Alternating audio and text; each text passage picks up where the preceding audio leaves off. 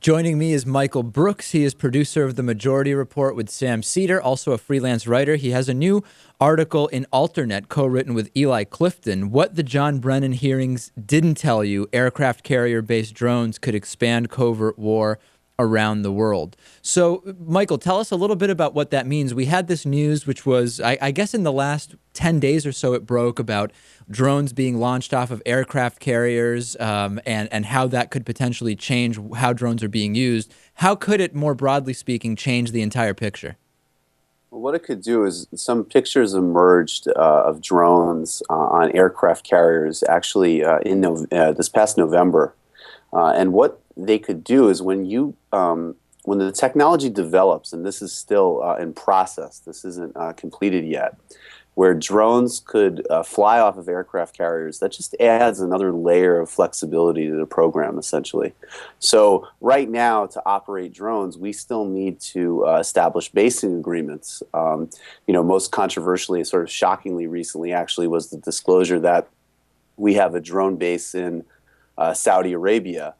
We were also establishing drone bases in northern Africa. And that adds a kind of layer of, in some ways, geopolitical accountability, but also instability. It's a certain sort of check on this program. With aircraft carriers, it adds an even additional layer of flexibility in terms of how we operate these drones in kind of hotspots around the world. So it's a potential game changer in that sense. To play devil's advocate a little bit, could it not be argued that if you're launching drones from whatever country, a base in whatever country it is, Saudi Arabia or whatever it is, that there is at least, at the very minimum, implicit agreement with that drone program from the host country, and therefore the blame or criticism for strikes launched from there could at least be somewhat assigned to two parties, the U.S. and that host country. Whereas if you're coming off of the aircraft carrier, does it in a sense not make it a little bit cleaner in that there are no other parties to point the finger at? Well, right. I mean, and that's the question, is how clean do we want to make it, right? So, I mean, one of the aspects of the drone program that is indisputable so far is that certainly a lot of countries like Yemen and Pakistan, although I think it's changed more recently in Pakistan, I think that the government of Pakistan is more sort of genuinely opposed to these strikes. But a lot of host governments have either implicitly or pretty directly supported this program and the use of this technology pretty aggressively. And you're right. I think that if we moved to an aircraft carrier-based model, what you might see is even greater flexibility in the executive branch to use these things with potentially even less oversight. And you will also lose the layer you're talking about, which is some type of reciprocity with regards to these basic agreements. So, as an example, Niger's ambassador to the United States recently told CNN that that his country would be hosting some drones, but they would be used for surveillance purposes, and that was the kind of condition that they were putting on them. We moved to aircraft carriers, it could potentially take away even more kind of barriers to the program, and that has its upsides and its downsides. But it will certainly take away some of the layer you're talking about in terms of shared responsibility. We've been super critical of the drone program on a number of different fronts on this show for a while now, and I've gotten some pushback from progressives on two fronts about this. One front is, for all the criticisms that progressives have about the drone strikes, their criticisms would be identical if it were a Republican in office who was expanding the drone program. But Republicans are only being critical now because it's yet another thing they can criticize Obama for, and they wouldn't be criticizing Romney potentially for that. So in a way, isn't this becoming, I don't want to say a help, but isn't this somehow fueling the Republican agenda in the sense that you've got something that Obama's taking heat on from both sides that that another president wouldn't?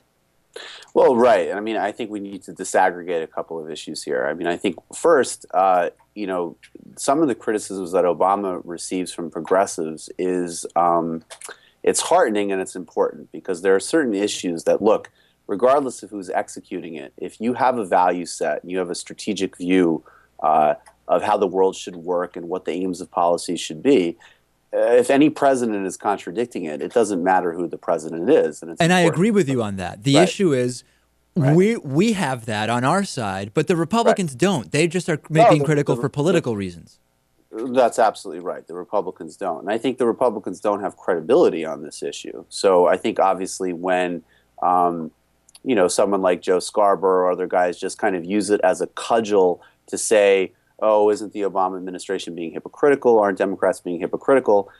That's also just not the main issue here. The main issue here is actual policy. So when progressives get into criticizing some of the consequences of the actual policy, that's very distinct from getting into a kind of process debate about comparing the Bush and the Obama administrations. And frankly, look, I think you can still make a strong case more broadly in some respects for the Obama foreign policy.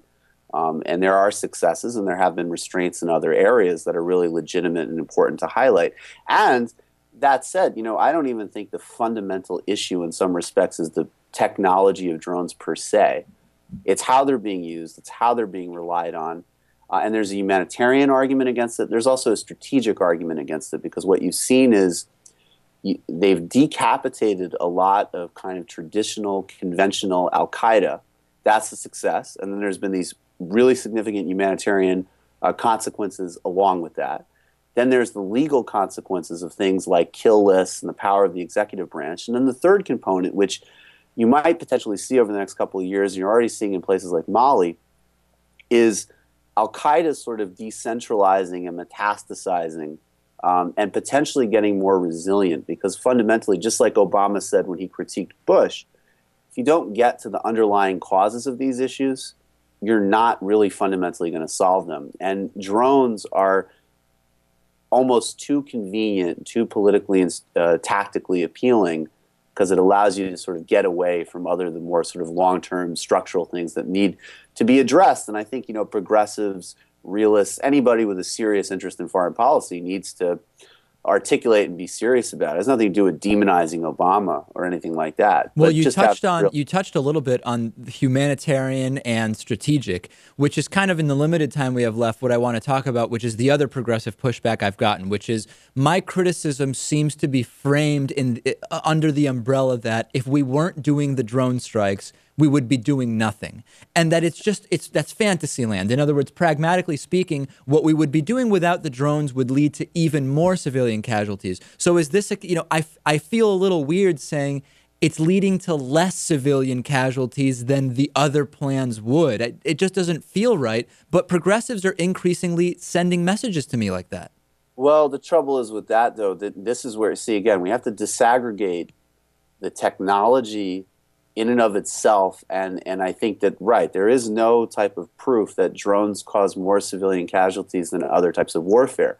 But when you start talking about something like a signature strike, and signature strikes are strikes that are based off of behavioral predictability about people who aren't known. So if you're a Pakistani male between 20 and 30 and you're in a certain area, we're going to hit you and assume you're guilty.